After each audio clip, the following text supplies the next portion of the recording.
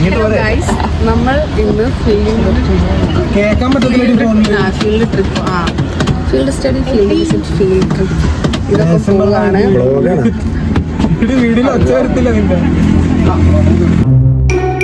So this is not a perfect vlog. പക്ഷെ ഞാൻ എനിക്ക് പറ്റുന്ന ഞാൻ ക്യാപ്ചർ ചെയ്യും. 2 മിനിറ്റ് ആലോചിക്കും.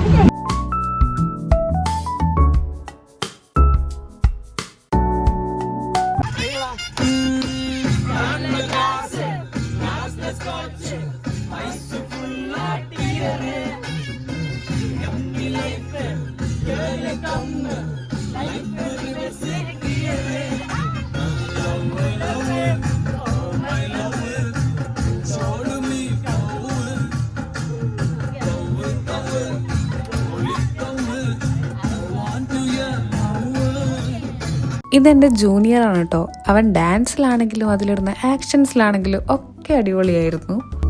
അങ്ങനെ നമ്മളിതാ ചങ്ങനാശ്ശേരിയിൽ നിന്ന് തൃശ്ശൂർ സൂവിലേക്ക് എത്തിയിട്ടുണ്ട്. ഇവിടുത്തെ വർക്കൊന്നും കംപ്ലീറ്റ് ആയിട്ട് കഴിഞ്ഞിട്ടില്ല. അതുകൊണ്ട് തന്നെ ഇതുവരെ ഈ ഒരു സൂ പബ്ലിക്കിന് വേണ്ടിയിട്ട് ഓപ്പൺ ആക്കിയിട്ടില്ല. ബട്ട് കോളേജ് ആൻഡ് സ്കൂൾ സ്റ്റുഡൻസിന് ഇപ്പോൾ ഈ ഒരു സൂ വിസിറ്റ് ചെയ്യാനും പറ്റും. ഈ ഒരു സൂ ഏകദേശം 336 ഏക്കറിലാണ് കൺസ്ട്രക്ട് ചെയ്ത് എടുത്തിട്ടുള്ളത്.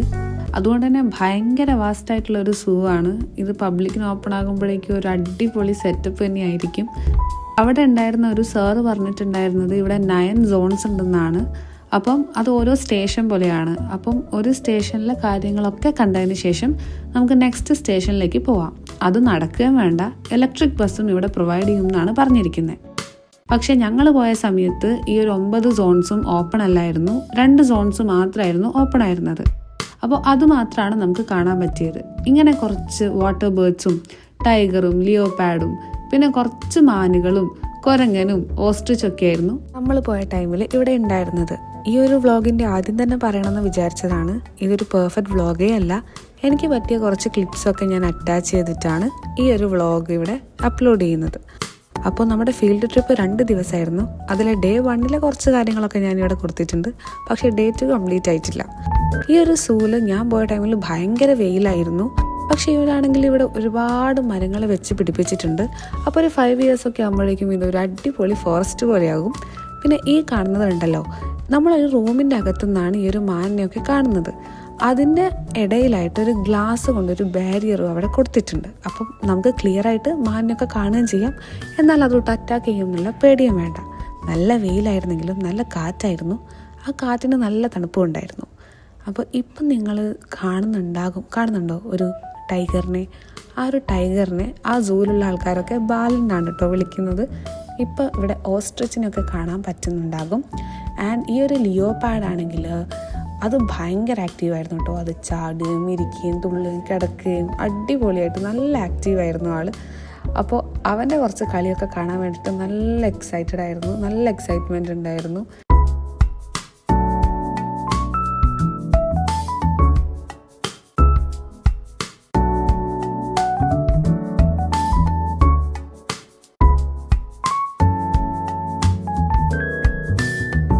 ഇത്രയും ചെറിയ പനമരത്തിൽ ഇങ്ങനെ പനങ്കുല നിൽക്കുന്നത് ഞാൻ ആദ്യമായിട്ടാണ് കേട്ടോ കാണുന്നത്. അതുപോലെ ഇവിടെ ഒരുപാട് ചെടികൾ വെച്ചിട്ടുണ്ട്. പല ടൈപ്പ് ചെടികളുണ്ട്. ഇതിലൂടെയൊക്കെ നടക്കുമ്പോൾ നമുക്ക് നല്ലൊരു റിലാക്സേഷൻ കിട്ടുന്നുണ്ട്. ഇത് പബ്ലിക്കിന് ഓപ്പൺ ആയി കഴിഞ്ഞാൽ നിങ്ങൾ ഡെഫിനറ്റ്ലി ഒന്ന് അവിടെ പോകണം, മൃഗങ്ങളെ കാണാനും റിലാക്സ് ആവാനും. എന്നിട്ട് നമ്മൾ നേരെ അവിടുന്ന് ഫുഡ് കഴിക്കാൻ കയറി ഒരു ബീഫ് ബിരിയാണിയൊക്കെ കഴിച്ചു. മന്തി ആയിരുന്നു മനസ്സിലെങ്കിലും അതവിടെ ഇല്ലായിരുന്നു. ഇതാണ് നമ്മുടെ ബസ് കേട്ടോ. അങ്ങനെ തൃശ്ശൂരുള്ള സൂ വിസിറ്റിന് ശേഷം നമ്മൾ പിന്നീട് എത്തിയത് എറണാകുളത്തേക്കാണ്. കാരണം നമ്മുടെ ഡേ 2 ഓഫ് ഫീൽഡ് ട്രിപ്പ് എറണാകുളമുള്ള CMFRI സിഫ്നെറ്റിലൊക്കെ ആയിരുന്നു. ഡേ 1 മറ്റൊരു പ്ലാൻസും സൂ അല്ലാതെ ഇല്ലാത്തത് കൊണ്ട് തന്നെ നമ്മൾ ലുലുവിലൊന്ന് ജസ്റ്റ് കയറി. ഞാനിപ്പോൾ ക്രോസ് വേർഡിലാണ് നിൽക്കുന്നത്. അവിടുന്ന് കുറച്ച് ബുക്സൊക്കെ നോക്കിയിട്ടുണ്ടായിരുന്നു.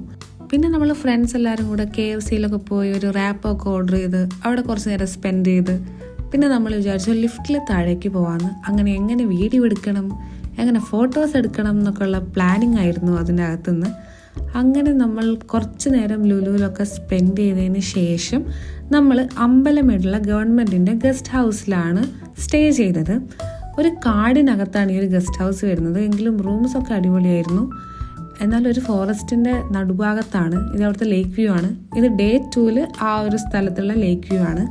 അങ്ങനെ നമ്മുടെ ഡേ 2 CMFRI സിഫ്നെറ്റ് പോലെയുള്ള ഇൻഡസ്ട്രിയൽ വിസിറ്റ് ആയതുകൊണ്ട് തന്നെ നമുക്ക് അവിടെ നിന്നൊന്നും അങ്ങനെ ഷൂട്ട് ചെയ്യാനുള്ള ഒരു ഓപ്ഷൻ ഇല്ലായിരുന്നു. അതുകൊണ്ട് ഞാൻ പ്രത്യേകിച്ച് ഒന്നും ഡേ 2-ലുള്ളത് കവർ ചെയ്തിട്ടില്ല. അങ്ങനെ ബ്യൂട്ടിഫുൾ ആയിട്ടുള്ള സൺറൈസ് ഒക്കെ കണ്ടുകൊണ്ട് നമ്മൾ നമ്മുടെ യാത്ര ഗസ്റ്റ് ഹൗസിൽ നിന്ന് പുറപ്പെട്ടു. ഇതാണ് ആ ഒരു ഗസ്റ്റ് ഹൗസിൻ്റെ റോഡൊക്കെ. അങ്ങനെ നമ്മൾ ബ്രേക്ക്ഫാസ്റ്റ് ആയിട്ട് അപ്പവും മുട്ടക്കറിയൊക്കെ കഴിച്ച് ആദ്യം തന്നെ സാഗർ റാണി പോയി. അങ്ങനെ ഞാൻ ആദ്യമായിട്ട് ഡോൾഫിൻ ചാടുന്നത് കണ്ടിട്ടോ.